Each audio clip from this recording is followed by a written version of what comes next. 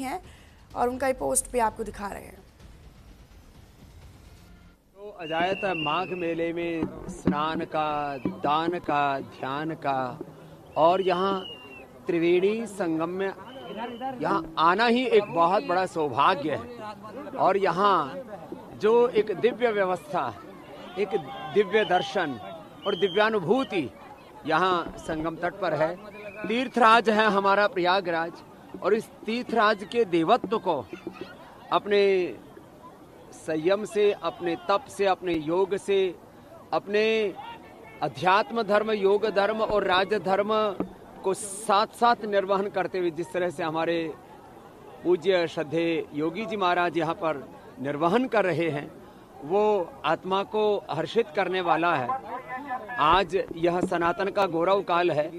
देश के श्रद्धेय प्रधानमंत्री जी श्री नरेंद्र मोदी जी के नेतृत्व में जो सनातन को गौरव मिल रहा है, और उसमें अपने तीर्थ और तीर्थों में भी तीर्थराज प्रयागराज का यहाँ पर यह माघ मेला, और यहाँ पर लाखों जो सनातनी हैं वो तपस्या करते हैं और माँ भगवती की आराधना करते हुए यहाँ संगम तट पर भगवान राम कृष्ण शिव की आराधना करते हुए यहाँ रामत्व को, शिवत्व को, कृष्णत्व को, भगवत्ता को, ब्रह्मत्व को उपलब्ध होते हैं।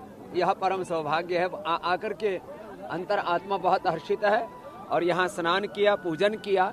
यह हमारा कोई जन्म जन्मांतरों का कोई पुण्य है। महाराज जी, हालिया कुछ घटनाएं सामने, एक घटना सामने आई मौनी अमावस्या के दिन, उसको किस तरह से देख रहे हैं? क्या ऐसा होना चाहिए था, नहीं होना चाहिए था, क्या कहिएगा?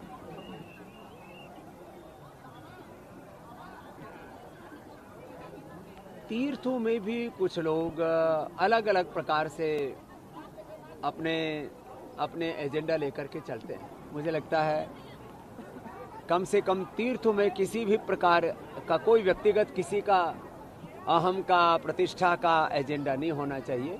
हम सब यहाँ तीर्थराज में हैं, माँ गंगा यमुना सरस्वती की शरणागति में हैं। यहाँ पर किसी भी प्रकार के कोई वैयक्तिक अहंकार के मुद्दे नहीं होने। महाराज जी, उन्होंने औरंगजेब बोल दिया मुख्यमंत्री जी को कि वो औरंगजेब के बेटे हैं, किस तरह से ऐसी बात होती है? उसने औरंगजेब मुक्तेश्वर जी ने बोल दिया कि मुख्यमंत्री औरंगजेब है, मैं उनको संत नहीं मानता। देखिए, ये बहुत ही दुर्भाग्यपूर्ण है कि अपने योगियों को, अपने ही महात्माओं को ऐसे अभद्र भाषावली का प्रयोग करना, ये किसी भी शंकराचार्य तो बहुत दूर की बात है, किसी साधु को भी शोभा नहीं देता। किसी पर ऐसी अभद्र टिप्पणी करना ये बहुत ही निंदनीय और शर्मनाक मैं मानता हूँ। हर आदमी को अपनी मर्यादा, अपनी गौरव गरिमा।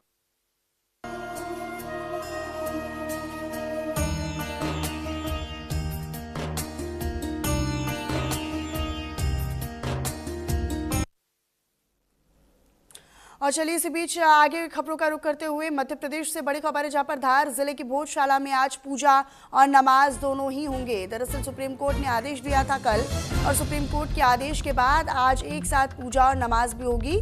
सुबह से शाम तक बसंत पंचमी की पूजा करेंगे हिंदू, और दोपहर 1 बजे से 3 बजे तक नमाज अदा कर पाएंगे मुस्लिम समुदाय के लोग, मुस्लिम पक्ष के लोग। भोजशाला में आज चप्पे चप्पे पर सुरक्षा कड़ी कर दी गई है। तो ये बड़ी खबर आप जान लीजिए, बड़ी जानकारी है, बड़ा अपडेट है। मध्य प्रदेश के धार जिले में मौजूद भोजशाला पर आज सभी की नजरें हैं। नजरें इसलिए नहीं क्योंकि आज बसंत पंचमी है, नजरें इसलिए भी हैं क्योंकि आज जुम्मे की नमाज भी है। खास बात यह है कि भोजशाला मामले पर कल ही सुप्रीम कोर्ट में अहम सुनवाई हुई थी, जिसमें सुप्रीम कोर्ट ने साफ तौर पर आदेश देते हुए कहा था कि भोजशाला में नमाज भी होगी और बसंत पंचमी की पूजा भी, और इसलिए आज का दिन बेहद खास है। भोजशाला एक ऐसा सांप्रदायिक मुद्दा रहा है जहां पर पहले भी कई दफा तनाव और हिंसा की स्थिति बन चुकी है। अब ऐसे में सुप्रीम कोर्ट का ये फैसला बेहद अहम है। शीर्ष अदालत ने कहा है कि हिंदू पक्ष 23 जनवरी यानी आज सूर्योदय से लेकर सूर्यास्त तक भोजशाला में मां सरस्वती की पूजा पाठ, अखंड पूजा कर सकते हैं। तो वहीं दोपहर 1 बजे से 3 बजे के बीच में उसी परिसर में, हालांकि वो स्थान अलग होगा, लेकिन उसी परिसर में मुस्लिम पक्ष को जुम्मे की नमाज पढ़ने की परमिशन दी जाएगी।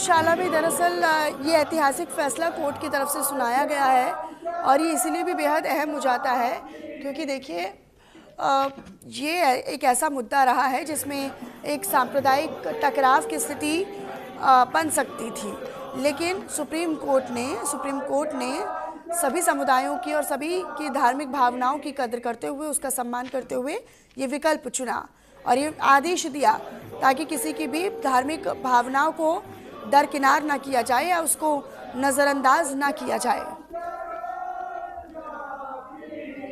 हालांकि सुरक्षा व्यवस्था के जो इंतज़ाम हैं वो भी परिसर में किए गए हैं। भोजशाला परिसर में सुरक्षा का कड़ा पहरा है और जैसे जैसे बड़ी संख्या में यहाँ पर श्रद्धालु पहुँच रहे हैं पूजा पाठ करने के लिए, 1 बजे से 3 बजे तक नमाज भी अता की जाएगी क्योंकि आज जुम्मे की नमाज भी है।